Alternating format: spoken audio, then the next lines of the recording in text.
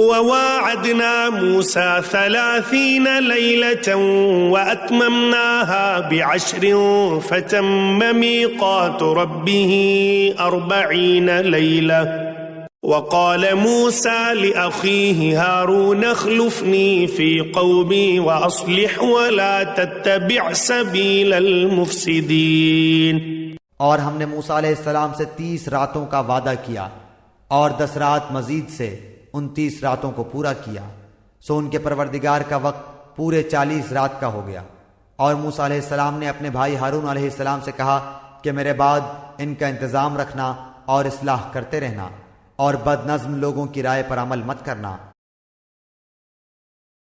وَلَمَّا جَاءَ مُوسَى لِمِيقَاتِنَا وَكَلَّمَهُ رَبُّهُ قَالَ رَبِّ أَرِنِي أَنظُرْ إِلَيْكَ قَالَ لَن تَرَانِي وَلَكِنِ انظُرْ إِلَى الْجَبَلِ فَإِنِ اسْتَقَرَّ مَكَانَهُ فَسَوْفَ تَرَانِي فلما تجلى ربه للجبل جعله دكا وخر موسى صعقا فلما أفاق قال سبحانك تبت إليك وأنا أول المؤمنين۔ اور جب موسیٰ علیہ السلام ہمارے وقت پر آئے اور ان کے رب نے ان سے باتیں کی تو عرض کیا کہ اے میرے پروردگار اپنا دیدار مجھ کو کرا دیجئے کہ میں آپ کو ایک نظر دیکھ لوں۔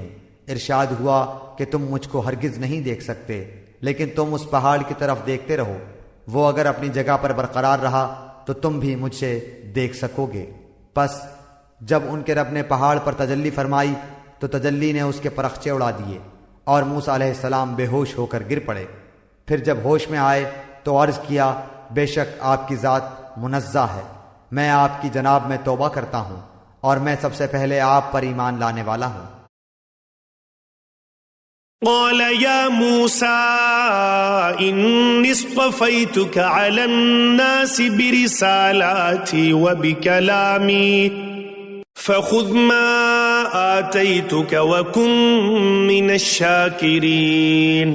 ارشاد ہوا کہ اے موسیٰ میں نے پیغمبری اور اپنی ہم کلامی سے اور لوگوں پر تم کو امتیاز دیا ہے، تو جو کچھ تم کو میں نے عطا کیا ہے اس کو لو اور شکر کرو۔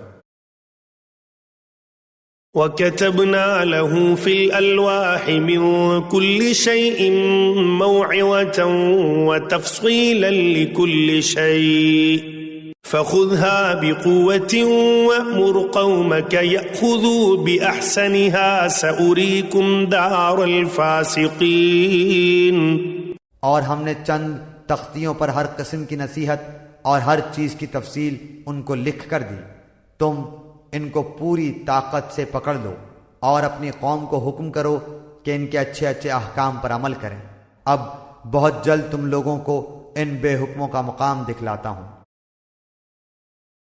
سأصرف عن آياتي الذين يتكبرون في الأرض بغير الحق وإن يروا كل آية لا يؤمنوا بها وَإِن يَرَوْا سَبِيلَ الرُّشْدِ لَا يَتَّخِذُوهُ سَبِيلًا وَإِن يَرَوْا سَبِيلَ الْغَيِّ يَتَّخِذُوهُ سَبِيلًا ذَلِكَ بِأَنَّهُمْ كَذَّبُوا بِآيَاتِنَا وَكَانُوا عَنْهَا غَافِلِينَ۔ میں ایسے لوگوں کو اپنے احکام سے برگشتہ ہی رکھوں گا جو دنیا میں تکبر کرتے ہیں، جس کا ان کو کوئی حق حاصل نہیں، اور اگر تمام نشانیاں دیکھ لیں تب بھی وہ ان پر ایمان نہ لائیں، اور اگر ہدایت کا راستہ دیکھیں تو اس کو اپنا طریقہ نہ بنائیں، اور اگر گمراہی کا راستہ دیکھ لیں تو اس کو اپنا طریقہ بنا لیں۔ یہ اس سبب سے ہے کہ انہوں نے ہماری آیتوں کو جھٹلایا اور ان سے غافل رہے۔ والذین کذبوا بآیاتنا ولقاء الآخرة حبطت اعمالهم هل يجزون الا ما كانوا يعملون۔